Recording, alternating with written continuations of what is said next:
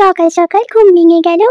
যাই, আমি একটু চোখে মুখে জল দিয়ে আসি। বাড়িতে তো আজকে কেউ নেই। আমার মনে হচ্ছে আজকে ঘুম থেকে উঠতে দেরি হয়ে গেছে। যাই বাবা, চোখে মুখে জল নিয়ে নি। মা মনে হচ্ছে পাশের বাড়িতে গেছে কাকিমাদের সাথে কথা বলতে। যাই বাবা, আমি রুমে থেকে যাই, টিফিনটা করে নি, না হলে মা আসলে খুব রাগ করবে।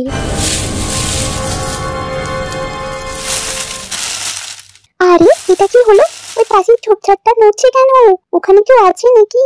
এই, কে আছে রে ঝোপঝাড়ের পিছনে? সামনে আয় দেখি। যাক বাবা, আমার এত জানার দরকার নেই কে আছে ওখানে। আমি যাই, বাড়ির দিকে যাই। আমাকে তো আবার জলদি জলদি গিয়ে সকালের খাবারও তো খেতে হবে। আরে আবার কে আওয়াজ করলো? এবার তো গিয়ে দেখতেই হয় কে আছে এই ঝোপঝাড়ের পিছনে। না দেখে আর শান্তি পাচ্ছি না। দেখি তো কে আছে। কে আছে রে? কে আছে এই ঝোপঝাড়ের পিছনে?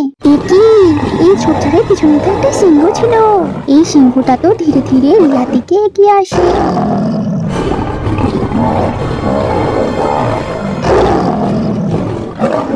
ও মা গো, এটা কি? এটা তো মনে হচ্ছে সিংহ। আমি শেষমেশ সিংহর সামনে পড়ে গেছি। এবার আমি কি করব? সিংহটা তো এক পা দু পা করে আমার দিকে এগিয়ে আসছে। আমি বাবা পালাই, জলদি ছুটে পালাই এখান থেকে। সিংহটা আস্তে আস্তে রিয়ার বাড়ির ভিতরে ঢুকে পড়ে। ও মা, আমি এই ফুল গাছটার পিছনে লুকিয়ে যাই, তারপর আমাকে আর সিংহটা দেখতে পারবে না। যাই যাই, লুকিয়ে যাই।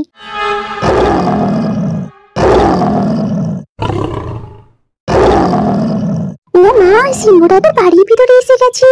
এবার আমি কি করি? কোথায় যাই? আমি তো পুরো ফেঁসে গেছি। এ বাবা, সিংহটা তো এখন রান্নাঘরে ঢুকে গেল দেখছি।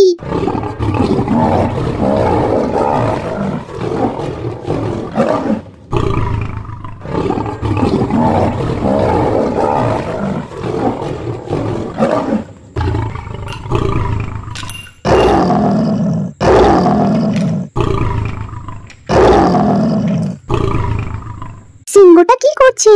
সিংহটা মনে হয় খাবার খুঁজছে। আমার সকালের খাবারটা খেয়ে নিবে না তো? এবার আমি কি করব? কি খাবো? আমি কি তাহলে এখান থেকে বেরিয়ে সিংহটাকে বলবো যে আমার খাবারটা খেতে না? না না, তাহলে সিংহটা আমাকেই খেয়ে নিবে। না না বাবা, আমি এখানে চুপটি করে বসে থাকি।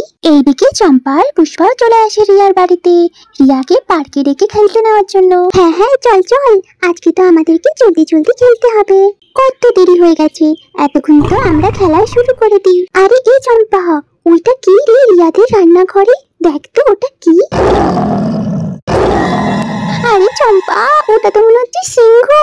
ও মা গো, ও মা গো, রিয়াদের বাড়িতে সিংহ এসেছে। পালা পালা পালা পালা পালা, না হলে আমাদেরকে খেয়ে নেবে। আর সিংহটা রিয়াদের বাড়িতে ঘুরতে ঘুরতে ভাঙচুর করতে থাকে।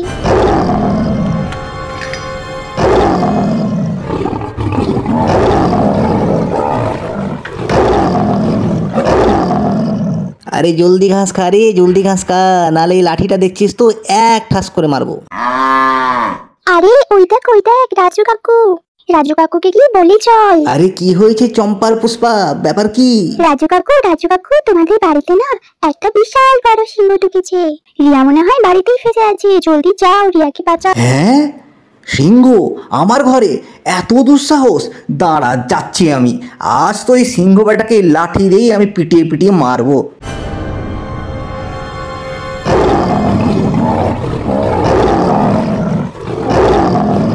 বাঁচাও কাকু, বাঁচাও, আমাকে বাঁচাও, জলদি বাঁচাও। কাকু, কে কোথায় আছো? আমাকে বাঁচাও। আর এইদিকে রাজু বাড়িতে একটা মশাল নিয়ে পৌঁছে যায়, আর তার পিছন পিছন মালতীও পৌঁছে যায়। আরে সিংহের বাচ্চা, দেখছিস আমার হাতে কি আছে? আমার হাতে আছে মশাল। আরে তোকে তো মশাল দিয়ে পুড়িয়ে মেরে দেবো রে। পালা পালা, আমার ঘর থেকে পালা, এক্ষুনি বেরো আমার বাড়ি থেকে, না হলে তুই আজকে বাঁচবি না রে, তুই আজকে বাঁচবি না। ওই যা যা যা যা, আমার বাড়ি থেকে যা, যা আমার বাড়ি থেকে যা, বেরো বেরো বেরো বেরো। ছু ছু ছু সিংহ। এই তো পালিয়ে গেল সিংহ, পালিয়ে গেল। আরে বৌদি, আমি সিংহর পিছু করে করে যাচ্ছি, ওকে একদম জঙ্গলের গভীর অবধি ঢুকিয়ে দিয়ে আসবো বৌদি। আমি আসছি বৌদি।